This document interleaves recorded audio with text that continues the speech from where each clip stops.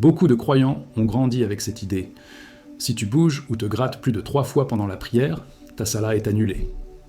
Certains l'ont entendu de leurs parents, d'autres de leurs imams, et avec le temps, c'est devenu presque une loi non écrite. Pourtant, quand on revient au fondement du Islamic mysticisme et à la Quranic Mysteries, on découvre une vérité plus profonde. Cette règle ne vient ni du Coran, ni de la Sunna authentique. Elle est née d'une interprétation culturelle tardive, non d'une révélation divine. Et c'est là que commence le Spiritual Awakening, apprendre à distinguer la tradition du texte, le mythe de la guidance. Le prophète Muhammad lui-même, le modèle parfait de la prière, bougeait parfois pendant la salat. Il portait sa petite fille Umama sur ses épaules pendant qu'il priait. Quand il s'inclinait, il la déposait doucement au sol, et lorsqu'il se relevait, il la reprenait dans ses bras. Voilà bien plus que 3 mouvements. Et pourtant, sa prière demeurait pure, intacte, bénie. Ce simple exemple brise le voile du doute et révèle une hidden truth. Allah subhanahu wa ta'ala ne juge pas le nombre de gestes, mais l'intention du cœur et la sincérité de l'âme. Les anciens savants de l'islamique philosophie expliquaient que la prière n'est pas un théâtre de rigidité, mais un acte de présence. Bouger pour ajuster sa position, gratter une démangeaison, ou même déplacer un obstacle n'annule pas la salat. Ce qui corrompt la prière, c'est l'absence de khushu', cette tranquillité intérieure qui connecte le serviteur à son Seigneur. Sans elle, même l'immobilité devient vide, mais avec elle, même un geste nécessaire reste un signe d'adoration consciente. Dans le Occult Knowledge in Islam, les maîtres spirituels disent que Satan cherche à détourner les croyants par des obsessions du détail. Il murmure « Ton mouvement a rompu ta prière ». Il insuffle la peur du faux pas pour éteindre la lumière de la foi. Mais l'âme éveillée comprend que la perfection du geste ne vaut rien sans la pureté du cœur. La prière n'est pas une performance mécanique. C'est un dialogue sacré entre la créature et le Créateur.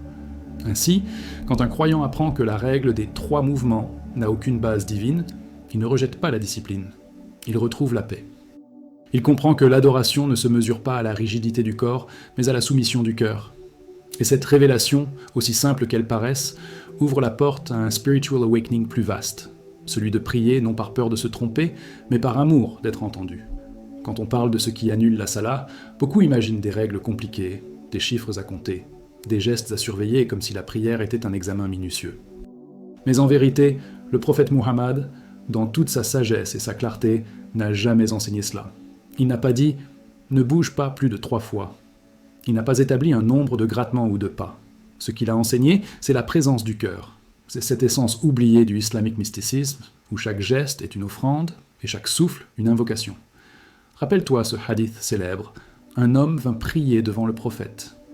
Après avoir terminé, le messager d'Allah lui dit calmement « Retourne prier, car tu n'as pas prié ». L'homme s'exécuta encore et le prophète répéta la même phrase. Enfin, l'homme, confus, demanda « Ô messager d'Allah, apprends-moi à bien prier ». Le prophète répondit « Quand tu te tiens debout pour prier, prononce le takbir, récite ce que tu peux du Coran, puis incline-toi jusqu'à être en repos, redresse-toi en paix, prosterne-toi calmement, et fais de même jusqu'à la fin de ta prière. » Bukhari, Muslim. Remarques-tu ? Le prophète ne parla jamais de mouvements excessifs, mais de tranquillité, khushu'. Ce qui invalide la prière, ce n'est pas le geste du corps, mais la distraction de l'âme. Celui qui bouge calmement mais garde son cœur connecté à Allah subhanahu wa ta'ala est plus proche de la perfection que celui qui reste immobile, mais dont l'esprit voyage ailleurs. Voilà l'un des hidden truths de la Quranic Mysteries. La prière n'est pas un rituel figé, mais un état d'union entre ciel et terre. Les maîtres du Spiritual Awakening disent que lorsque tu pries, ton corps devient comme une barque et ton cœur, le rameur. Si le rameur dort, la barque dérive, même si elle reste immobile. Mais si le cœur est éveillé, chaque petit mouvement du corps devient une vague de lumière. L'important n'est pas la rigidité, mais la direction. Es-tu tourné vers Allah ou vers ton propre ego ? Ainsi, celui qui prie en se pressant, sans s'arrêter pour ressentir chaque posture, tombe dans le piège de la superficialité. Il accomplit les formes, mais pas la présence. Le prophète a mis en garde contre cette hâte, car elle vide la prière de son âme. Dans les Mysterious Events Explained Through Islam, les sages racontent que les anges inscrivent les prières selon leur profondeur. Certaines montent comme une lumière, d'autres retombent sans éclat. Et ce n'est pas le nombre de mouvements qui les différencie, mais la sincérité du cœur. C'est une question que beaucoup de croyants se posent avec inquiétude. Et si je me gratte pendant la prière ? Et si mon bras me démange ? Est-ce que ma prière est perdue ? Ces pensées, souvent murmurées par le waswas de Shaitan, troublent la sérénité du croyant. Mais dans la lumière du islamic mysticisme et des Quranic mysteries, la réponse est simple. Oui, se gratter est permis, quand c'est nécessaire, quand cela empêche la concentration, quand cela aide à retrouver la paix intérieure. Car Allah subhanahu wa ta'ala n'impose jamais une adoration impossible à accomplir avec tranquillité. Le prophète Muhammad, dans sa sagesse infinie, nous a appris que la prière n'est pas un fardeau, mais une rencontre avec la miséricorde divine. Il a dit « Ne priez pas lorsque la nourriture est servie, ni lorsque vous avez un besoin pressant d'aller aux toilettes. » Bukhari, Muslim. Pourquoi ? Parce qu'une prière accomplie avec distraction n'est pas un moment de connexion, mais de lutte intérieure. Ainsi, si une démangeaison t'empêche d'être présent, il vaut mieux la soulager brièvement et revenir à la quiétude, plutôt que de combattre ton propre corps au détriment de ton esprit. Dans les enseignements du Occult Knowledge in Islam, le corps humain est perçu comme un miroir subtil de l'âme. Une démangeaison n'est parfois qu'un signal, une agitation de l'énergie spirituelle, un rappel que tu es vivant dans la présence d'Allah. Se gratter avec modération, sans précipitation, c'est aussi écouter ce corps qu'il t'a confié. Car la vraie salah n'exclut pas la nature humaine, elle l'embrasse, la discipline et l'apaise. Les anciens savants racontaient que certains compagnons du prophète se mouvaient légèrement pour réajuster leurs vêtements, essuyer leur sueur ou replacer leurs pieds sur le tapis. Et jamais le messager d'Allah ne leur reprocha cela. Ce n'est pas le geste qui compte, mais l'intention derrière.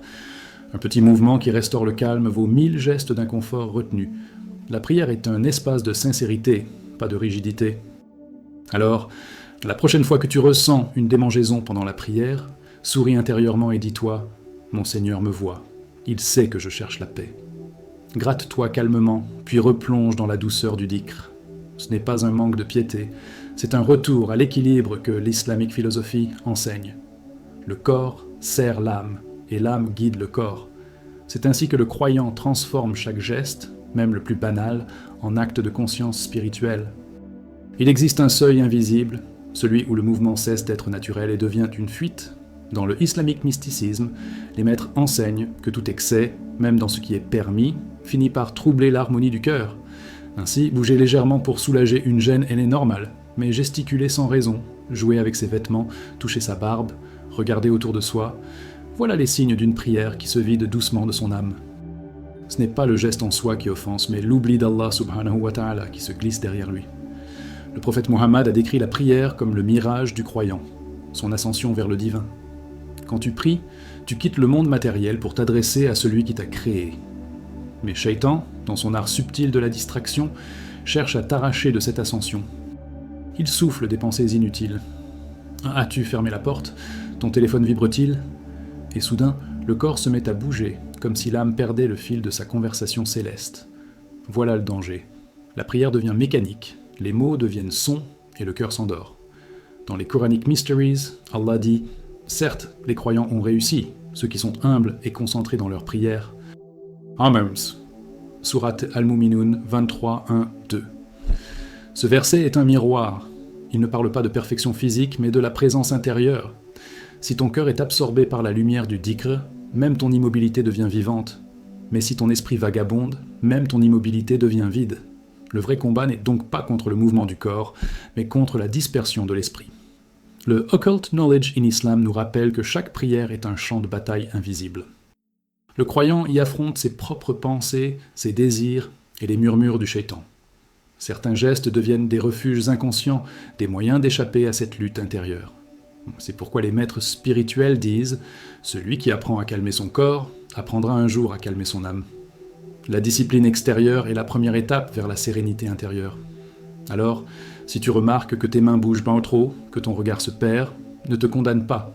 Observe, respire. Ramène doucement ton attention à Allah subhanahu wa ta'ala. Dis-toi, je suis devant mon Créateur. En un instant, le corps s'apaise, la conscience revient et le monde s'efface. C'est cela, le spiritual awakening dans la prière.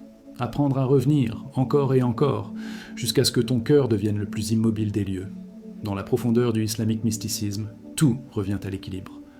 Allah subhanahu wa ta'ala n'a jamais imposé à ses serviteurs une foi faite de rigidité, mais une adoration nourrie d'amour, de douceur et de sagesse. Certains croient que la prière doit être figée, que chaque petit geste peut l'annuler, mais en réalité, c'est le cœur distrait qui éloigne, non le corps vivant. Le Quranic Mysteries enseigne que la salah est un dialogue entre le visible et l'invisible. Le corps bouge, mais c'est l'âme qui parle. Et tant que ton cœur reste éveillé, ton lien avec Allah demeure intact, peu importe les petits mouvements du corps. Les anciens savants disaient « Celui qui prie avec un cœur absent, c'est comme s'il écrivait une lettre sans en connaître le destinataire. » Cette image simple révèle une hidden truth profonde. Ce n'est pas la posture, ni la quantité de gestes, mais l'intention qui scelle la validité de ta prière. Si tu as gratté ta tête ou bougé ton bras, mais que ton esprit restait tourné vers Allah subhanahu wa ta'ala, alors sache que ton adoration a atteint son but. L'islamique philosophie est une science de l'équilibre, ni négligence ni excès, mais une voie de justesse et de conscience.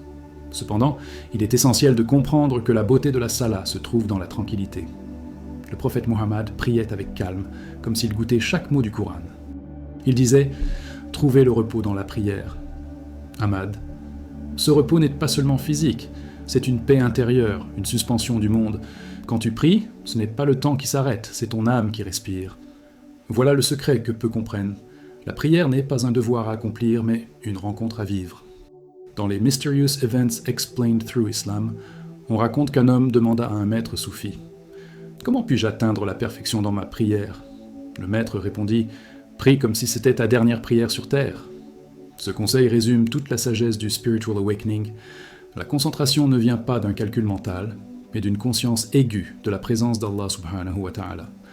Si tu savais que tu allais le rencontrer après le salam final, prierais-tu autrement ? Ainsi, ne crains plus les 3 grattements, ni les petits mouvements. Crains plutôt la prière accomplie sans âme. Cherche la sérénité, la lenteur, la beauté des gestes, et tu verras ta salah se transformer en un voyage lumineux. Car celui qui prie avec amour et conscience reçoit bien plus qu'une récompense. Il goûte à la proximité du divin. C'est cela, le véritable awakening du croyant. Prier non pour être parfait, mais pour être présent.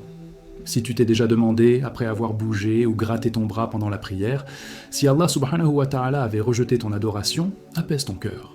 Il ne te regarde pas avec sévérité, mais avec compréhension.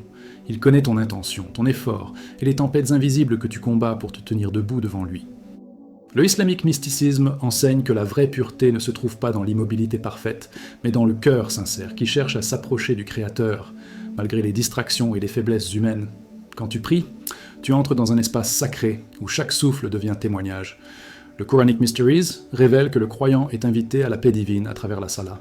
Allah dit « Certes, les croyants ont réussi, ceux qui sont humbles et concentrés dans leur prière. » Al-Qur'an, Sourate Al-Mu'minun, 23, 1, 2. Ce verset est une promesse. Il ne dit pas ceux qui ne bougent jamais, mais ceux qui sont humbles, c'est-à-dire conscients de leur fragilité, mais fidèles à leur intention. L'humilité, c'est de se reconnaître imparfait, tout en continuant à se tourner vers Allah subhanahu wa ta'ala, avec amour et espoir. Le Occult Knowledge in Islam dévoile que même dans les petites imperfections, il existe des portails spirituels. Chaque fois que tu perds ta concentration, mais que tu reviens, Allah t'accueille avec plus de miséricorde. C'est comme si ton âme disait « Je me suis égaré, mais me voici encore, Seigneur. » Et lui répond « Je t'attendais. » Voilà le secret caché derrière la prière, ce retour constant vers le divin, cette danse entre distraction et dévotion, cette lutte douce entre l'oubli et la lumière. Alors, si tu t'es gratté 3 fois, 10 fois ou 100 fois, ne laisse pas la peur voler ta sérénité. Ce n'est pas le nombre de gestes qui compte, mais le nombre de fois où ton cœur revient à Allah. Rappelle-toi, il est Ar-Rahman, le tout miséricordieux, et il ne juge pas ton inconfort, mais ton intention. C'est là que réside la véritable essence de la salah, non dans la rigidité, mais dans la sincérité. Et quand tu te lèveras demain pour prier à nouveau, fais-le avec le sourire de celui qui sait que même ses imperfections sont connues, comprises et enveloppées par la grâce divine. Dis Bismillah, pose ton front sur la terre et sens cette vérité silencieuse. Tant que tu cherches Allah, il ne t'abandonnera jamais.